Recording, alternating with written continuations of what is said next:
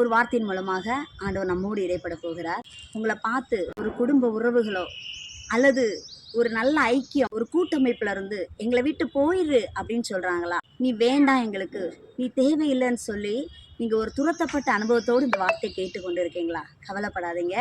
ஆதியாகமத்தின் புஸ்தகம் 26வது அதிகாரம் 16வது வசனத்துல ஒரு வசனம் இப்படியாய் சொல்லுகிறது. அபிமெலேக்கு ஈசாக்கை நோக்கி, நீ எங்களை விட்டு போய்விடு, எங்களை பார்க்கிலும் மிகவும் பலத்தவனானாய் என்றார். ஆபிரகாமுக்கும் சாராளுக்கும் பிறந்த மகனாகிய ஈசாக்கு வாழ்ந்த நாட்கள்ல ஒரு பெரிய பஞ்சம் தேசத்துல உண்டாச்சு.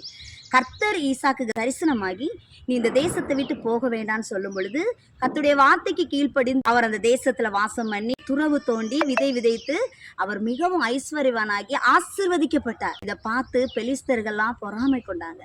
பெலிஸ்தருக்கு ராஜாவாகி அபிமெலேக்கு தான் எங்களை விட்டு போயிருன்னு சொன்னாரு. உங்களோட தேவன் இருக்கு, கர்த்தருக்கு நீங்க தேவை. உங்களை கொண்டு வைத்த திட்டங்களை கர்த்தர் நிறைவேற்ற வாஞ்சியா இருக்கிறார். God bless you all.